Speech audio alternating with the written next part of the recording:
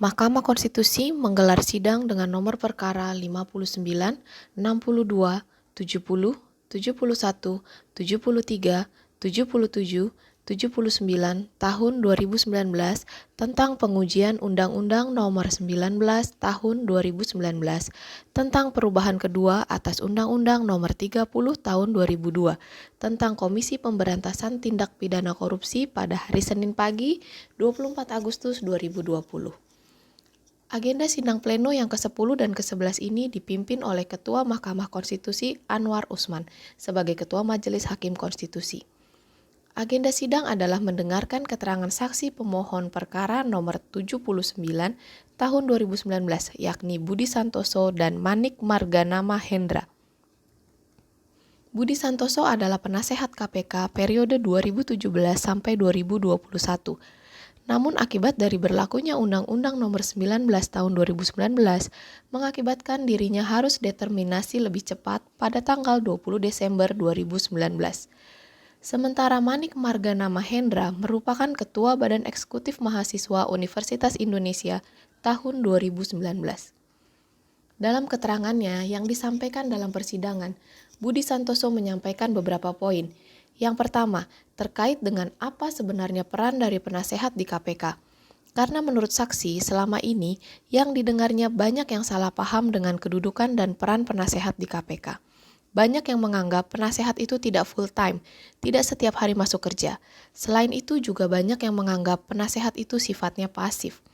Padahal menurut saksi, peran penasehat di KPK yang diatur dalam Undang-Undang Nomor 30 Tahun 2002 paling tidak ada 4 pasal, yaitu Pasal 21, Pasal 22, Pasal 23, dan Pasal 24, yang memberikan peran yang cukup penting bagi seorang penasehat. Di antaranya, pertama, memberikan dan menyampaikan pemikiran serta pertimbangan yang berhubungan dengan pencegahan dan pemberantasan korupsi sesuai dengan kepakarannya, baik itu diminta maupun tidak diminta. Kemudian yang kedua, berwenang untuk memperoleh dan mendapatkan informasi tentang pemberantasan korupsi dari manapun sumbernya. Yang ketiga, memberikan bantuan dalam penyiapan kebijakan nasional dan kebijakan umum dalam bidang pemberantasan korupsi. Yang keempat, bertindak sebagai konsultan dalam penanganan kasus korupsi sesuai dengan bidang dan kepakarannya. Kelima, melakukan identifikasi dan mengoordinasi pelaksanaan tugas lain dan dengan unit terkait. Dan yang terakhir, melaksanakan tugas lain yang ada hubungannya dengan tugas dan wewenang KPK atas permintaan atau atas perintah dari pimpinan KPK. Budi Santoso juga mengaitkan antara peristiwa pansus angket KPK di tahun 2012 dengan munculnya RUU yang sangat mengagetkan, khususnya bagi kami di internal KPK. Karena pada waktu itu internal KPK masih sibuk mencermati proses pemilihan calon pimpinan KPK periode tahun 2019 sampai 2023. Selain itu, saksi juga menerangkan, sejauh yang saksi dengar, ketahui dan lihat sendiri sejak awal, KPK memang tidak pernah diinformasikan mengenai adanya rencana revisi Undang-Undang KPK. Sementara itu, Manik Margana Mahendra dalam kesaksiannya menyampaikan kronologi aksi reformasi di korupsi September 2019 lalu, yang diantaranya adalah membawa isu penolakan terhadap revisi Undang-Undang KPK sebagai salah satu tuntutannya. Saksi Manik juga menjelaskan bagaimana tidak aspiratifnya anggota DPR pada saat itu terhadap masukan serta kritik dari saran mahasiswa maupun gerakan aliansi rakyat yang lain. Dan menurut Manik, semua sama-sama mengetahui bahwa revisi Undang-Undang KPK tidak masuk dalam list atau daftar prolegnas prioritas tahun 2019. Di akhir persidangan, pemohon perkara nomor 79 tahun 2019 berencana masih akan mengajukan satu saksi. Selain itu, pemerintah untuk sementara juga akan menghadirkan satu ahli.